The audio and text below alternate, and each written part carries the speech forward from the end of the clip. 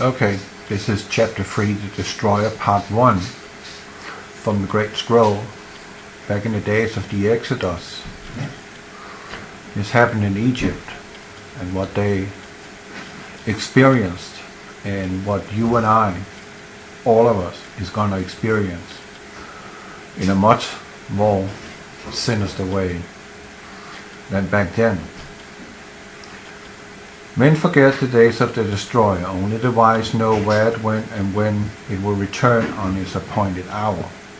It raged across the heavens in the days of wrath, and this was its likeness. It was a billowing cloud of smoke enwrapped in a ruddy glow, not distinguishable in joint or limb. Its mouth was an abyss from which came flame, smoke, and hot cinders. When ages pass, certain laws operate upon the stars in the heavens. Their ways change, their movements and restlessness. They are no longer constant, and a great light appears redly in the sky. When blood drops upon the earth, the destroyer will appear, and mountains will open up and belch forth fire and ashes. Trees will be destroyed, and all living things engulfed.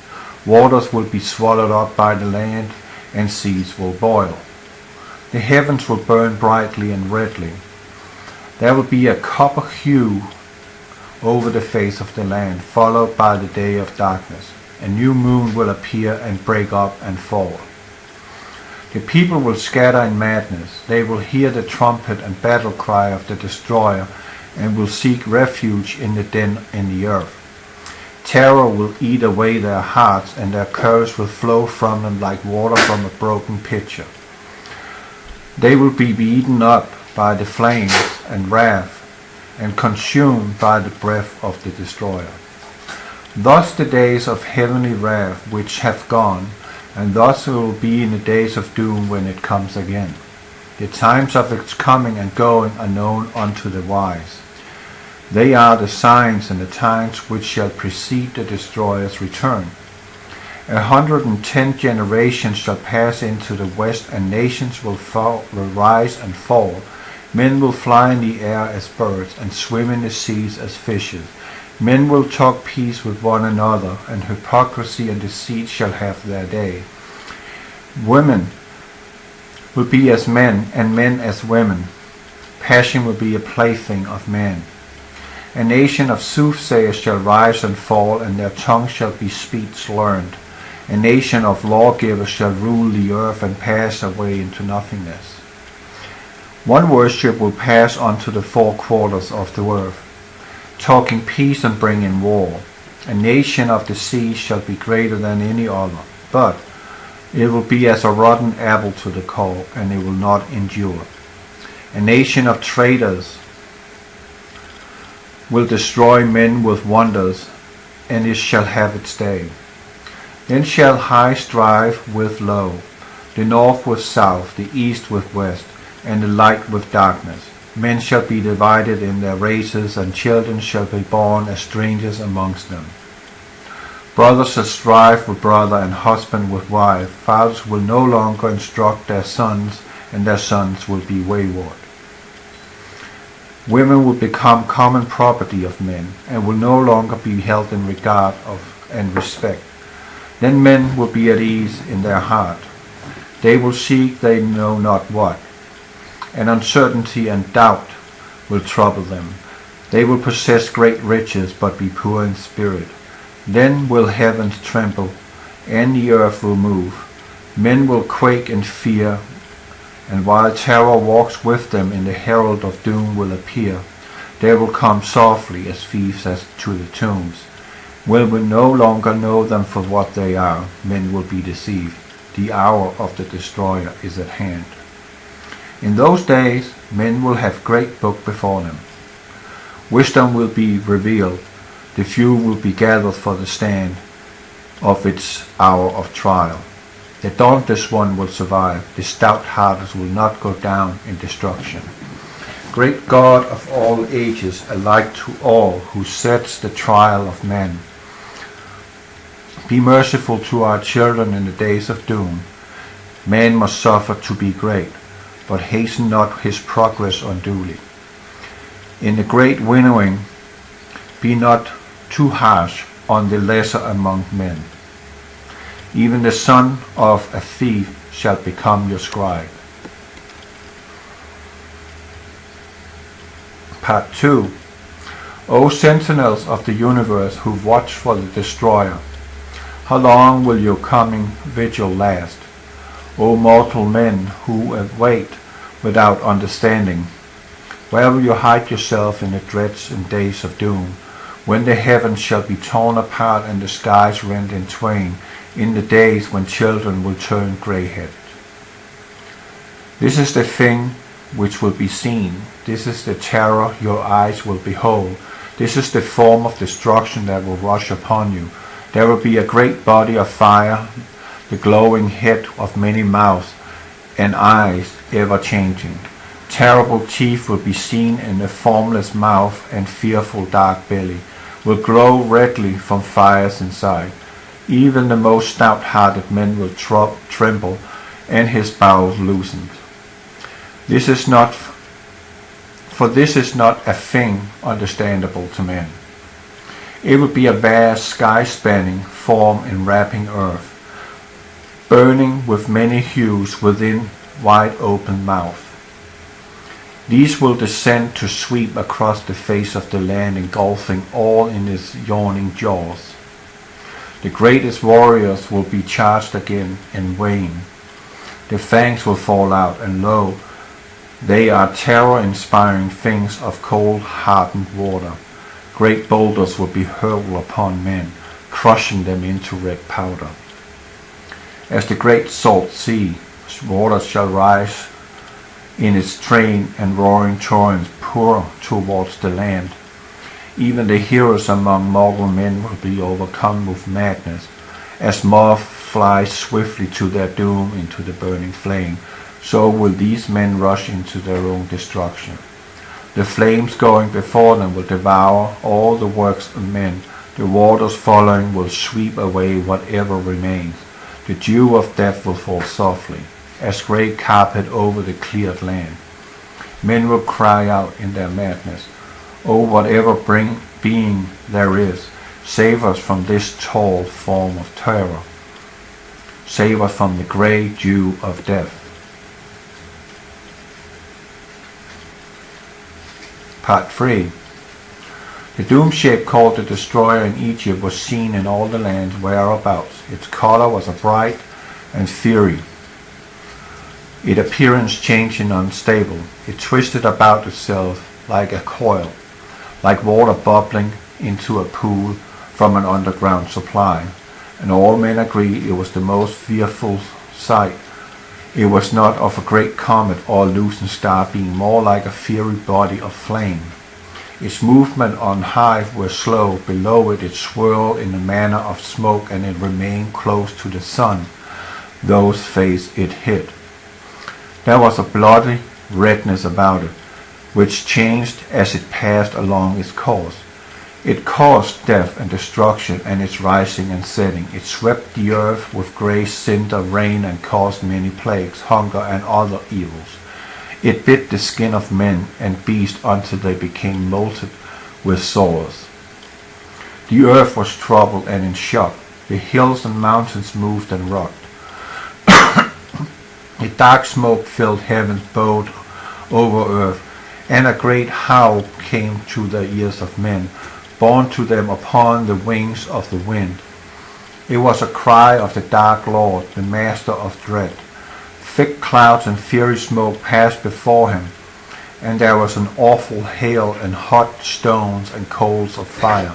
The doom shape thundered sharply in the heavens and shot out bright lightnings.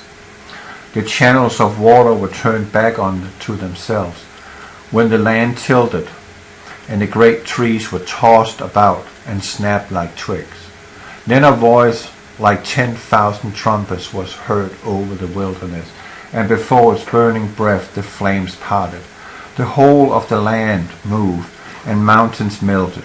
The sky itself roared like 10,000 lions in agony, and bright arrows of blood sped back and forward across its face.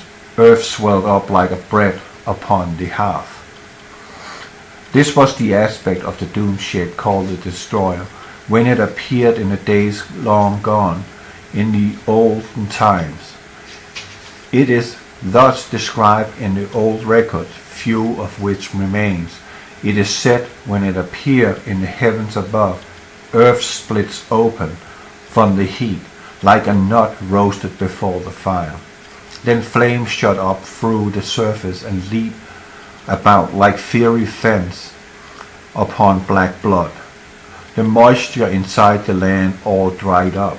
The pastures and cultivated places are consumed in flames, and they and all trees become white ashes. The doom shape is like a circling ball of flame, with scattered small fiery offspring in its train. It covers about a fifth part of the sky and sends wriggling snake-like fingers down to earth. Before it the sky appears frightened, and it breaks up and scatters away. Midday is no brighter than night. It spawns a host of terrible things.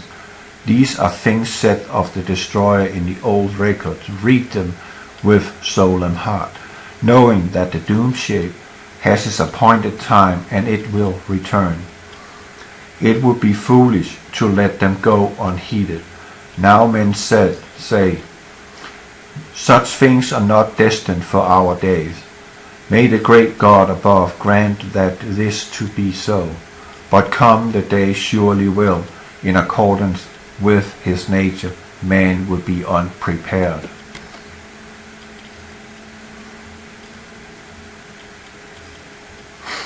The dark days began with the last visitation of the Destroyer, and they were foretold by strangers' omens in the sky. All men were silent and went about with pale faces. The leaders of the slaves which had built up the city of glory of Thum stirred up unrest, and no man raised his arm against them. They foretold great events, of which people were ignorant, and which the temple seers were not informed. These were days of the ominous calm, when the people waited for what they knew not what. The presence of an unseen doom was felt. The hearts of men were stricken. Laughter was heard no more, and grief wailing sounded throughout the land. Even the voices of children were stilled, and they did not play together, but stood silent. The slave became bold and insolent, and women were the possession of many men. Fear walked in the land, and women became barren with terror. They could not conceive, and those with child aborted. All men closed up within themselves. The days of stillness were followed by a time when the noise of trumpeting and shrilling was heard in the heavens, and the people became as frightened beasts without herdsmen, and asses and when lions prowled without their fold. The people spoke of the God of the slaves, and reckless men said, if we knew where this God were to be found, we would sacrifice to him. But the God of the slaves was not among them. He was not to be found within the swamplands or the brick pits. His manifestation was in the heavens for all men to see, but they did not see with understanding, nor would any listen, for all were dumb because of the hypocrisy of men. The dead were no longer sacred and were thrown into the waters. Those already entombed were neglected, and many became exposed. They lay unprotected in the lands of Thebe. He who once toiled long the sun, bearing the yoke himself, now possessed oxen. He who grew no grain now owned a stone house full. He who once dwelt at ease amongst his children were now thirsted for water. He who once sat in the sun with crumbs and dregs were now bloated with food. He reclined in the shade, his bowels overflowing. Cattle were left unattended to roam into strange pastures, and men ignored their marks and slew the beasts of their neighbors. No man owned anything. The public records were cast forth and destroyed, and no man knew where the slave or whoever were their masters. The people cried out to the Pharaoh in distress, but he stopped his ears and acted like a deaf man. There were those who spoke falsely before Pharaoh and had gods hostiles towards the land. Therefore the people cried out for their blood to appease it. But it was not these strange priests who put the strife in the land instead of peace. For one was even 100 of Pharaoh, and walked among the people unhampered. Dust and smoke cloud and darkened the sky, and colored the waters upon they fell with a bloody hue. Plague throughout the land. The rivers was bloody, and the blood were everywhere. The water was vile, and men's stomachs shrank from drinking. Those who did drink from the river vomited it up, for it was polluted. The dust tore wounds in the skin of man and beast. In the glow of the destroyer the earth was filled with redness. Vermin bred and filled in the air of the face of the earth with loathsomeness. Wild beasts, afflicted, torment, under the lashing sand and ashes, came out of their lairs in the wastelands and cave places, and stalked the abodes of men. And the tame beast whimpered in the land, was filled with cries of sheep and moans of cattle. Trees throughout the land were destroyed, and no herb or fruit was to be found. The face of the land was buried and devastated by hails of stones, which smashed down all that stood in its path of the torrent. They swept down like hot showers, and strange fire ran along the ground in their wake. The fish in the river died in the polluted waters. Worms, insects, and reptiles sprang up from the earth in huge numbers. Great gusts of wind, swarms of locusts which covered the sky, and the destroyer flung itself through the heavens. And it blew great gusts of cinders across the face of the land. The gloom of a long night spread a dark mantle of darkness, blackness, which extinguished every ray of light. None knew where it was day or night, because the sun cast no shadow. The darkness was not a clean blackness of night, but a thick darkness in which the breath of men was stopped in their throats. Men gasped in a hot cloud of vapor which engulfed the land, which enveloped the land and snuffed out all lamps and fires. Men were benumbed and lay moaning in their beds. None spoke to another or took food, for they were overwhelmed with despair. Ships were sucked away from their mooring and destroyed in great whirlpools. It was a time of undoing. The earth turned over as clay spun on a potter's wheel. The whole land was filled with uproar from the thunder of the destroyer overhead and the cry of the people. There was a sound of moaning and lamentation on every side. The earth spewed its dead. Corpses were cast out of their resting places, and the embalmed were revealed to the sight of all men. Pregnant women miscarried, and the seed of men was stopped. The craftsman left his task undone. The potter abandoned his wheel, and the carpenter took his tool, and they departed to dwell in the marshes. All craft were neglected, and the slaves lured the craftsmen away. The dues of Pharaoh could not be collected, for there was neither wheat nor barley, goose nor fish. The rights of Pharaoh could not be enforced, for the fields of grain and the pastures were destroyed. The high-born and lowly prayed together, that life might come to an end, and the turmoil of thundering cease to beat upon their ears. Terror was the companion of men by day, and horror by the companion by night. Men lost their senses and became mad. They were distracted by frightfulness. On the great night of the destroyer's wrath, when its terror was at its height, there was a hail of rocks, and the earth heaved as pain rent their bowels. gates, columns, and walls were consumed by fire, and the statues of God were overthrown and broken. People fled outside of their dwellings in fear, and they were slain by the hail. Those who took shelter in the hail were swallowed when the earth split open. The habitation of men collapsed upon those inside, and there was panic on every hand. But the slaves who lived in the huts in the Redlands at the place of pits were spared. The land burned like cinder, and man watched upon his rooftop, and the heavens hurled wrath upon him, and he died. The land riven with the wrath of the destroyer, and groaned with the agony of Egypt. It shook itself, and the temples and palaces and the nobles were thrown down from their foundations. Their highborn ones perished in the midst of the ruins, and all the strength of the land was stricken.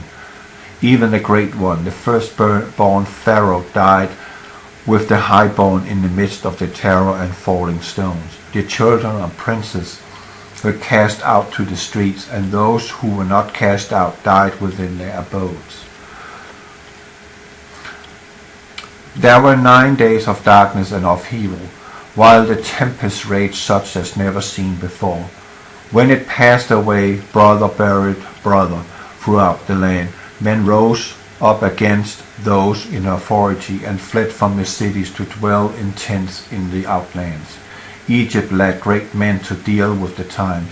The people were weak from fear and bestowed gold, silver, lapis, lazuli, turquoise, and copper upon the slaves, and their priests gave them chalices, urns, and ornaments.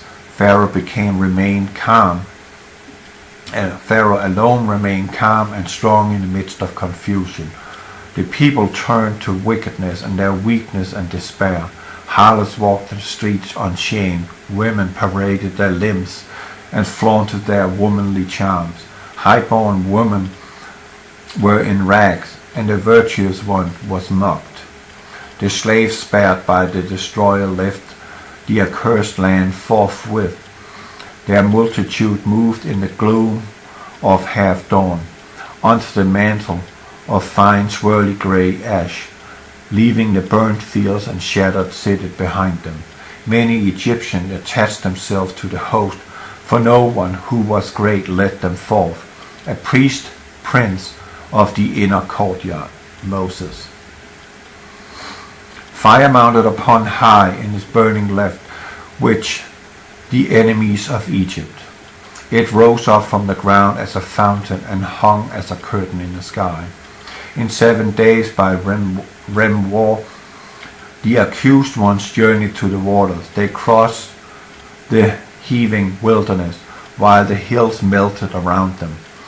Above the skies were torn with lightning.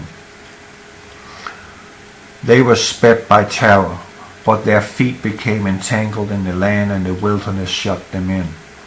They knew not the way, for no sign were constant before them.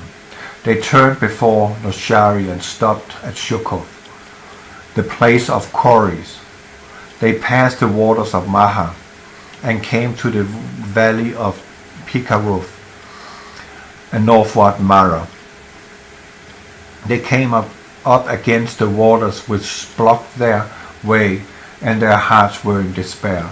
The night was night, and fear and dread, for there was a high moaning above, and black winds from the underworld were loosened, and fire sprang forth from the ground. Their hearts for the slaves shrank in within them, for they knew the wrath of Pharaoh followed them, and there were no way to escape. They hurled abuse on those who led them. Strange rites were performed along the shore that night. The slaves disputed amongst themselves, and there were violence. Pharaoh gathered his army and followed the slave, and after he departed, there were riots and disorders behind him, for the cities were plundered. The laws were cast out of judgment halls and trampled underfoot in the streets. The stone houses, the granaries, were burst open and robbed. Roads were flooded and no one could pass along them. People lay dead on every side. The palace was split and the princes and the officials fled, so no one was left with authority to command. The list of numbers were destroyed. Public places were overthrown and households became confused and unknown. Pharaoh pressed on in sorrow, for behind him all the desolation and death, before him the things he could not understand, and he was afraid. But he carried himself well and stood before his host with courage. He sought to bring back the slave, for the people said their magic was greater than the magic of Egypt. The host of Pharaoh in the east and swept the ink-cramped host. A gale raged all night, and in the red twilight dawn there was a movement of the earth. The waters receded from the seashore and were rolled back on themselves. There was a strange silence, and men in the gloom were seen as the water had parted, leaving a passage between. The land has risen, but it was disturbed and trembled. The way was not straight and clear. The waters was about there and spun within a bowl. The swampland alone remained undisturbed. From the horn of the destroyer came a high shrilling noise which stopped the ears of men. The slave had been making sacrifice in despair. Their lamentations were loud. Now before them a strange sight. There was hesitation and doubt for the space of breath, for they stood still and silent. Then there was all confusion and shouting, some pressing forward into the waters against all who sought to flee back from the unstable ground. Then in exultation their leader led them into the midst of the waters through the confusion. Yet many sought to turn back into the host behind them, while others fled along the empty shores. All became still over the sea upon the shore, but behind the earth shook and boulders split with great noise. The wrath of heaven was removed to a distance and stood upwards of the two hosts.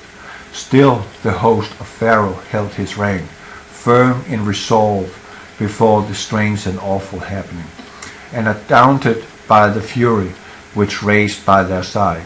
Stern faces were lit darkly by the fiery curtain. Then the fury departed, and there was silence. Stillness spread over the land, while the host of Pharaoh stood without movement in the red glow. Then with a shout the captains went forward, and the host rose up behind them. The curtain of fire rolled up into a dark billowing cloud which spread out as a canopy. There was a stirring in the water, but they followed the evildoers past the place of the great whirlpool. The passage was confused in the midst of the waters, and the ground beneath unstable. Here in the midst of tumult waters, Pharaoh fought against the hindmost, meaning those in the rear of the slaves, and prevailed over them. And there was a great slaughter amid in the sand, the swamp and the water. The slave cried out in despair, but their cries were unheeded. The possessions were scattered behind them as they fled, so their way was easier for them and for those who followed. Then stillness was broken by a mighty roar, and through the rolling pillars of cloud the wrath of the destroyer descended upon the host. The heavens roared as it was 1,000 thunders. The bowls of the earth were sundered, and the earth shrieked in its agony. The cliffs were torn away and cast down. The dry ground fell beneath, and the waters of great waves broke upon the shore, sweeping in rocks from seaward. The great surge of rock and waters overwhelmed the chariots of Egyptians who went before the footmen. The chariots of the Pharaoh was hurled into the air as it was a mighty hand, and was crushed in the midst of the rolling waters. So there you got it, people. I'm not going to read anymore. If you don't believe that something is coming upon the earth, which is approaching us from space, then I don't know what you want to believe in. But I can assure you people, these days, these scribes have described, left us a clue and told us that it would come again. And it's upon us in these days. And it would be sudden destruction. It would come like a thief in the night. None of you know the day or the hour, but it will come. Be ready. Please be ready. God bless you.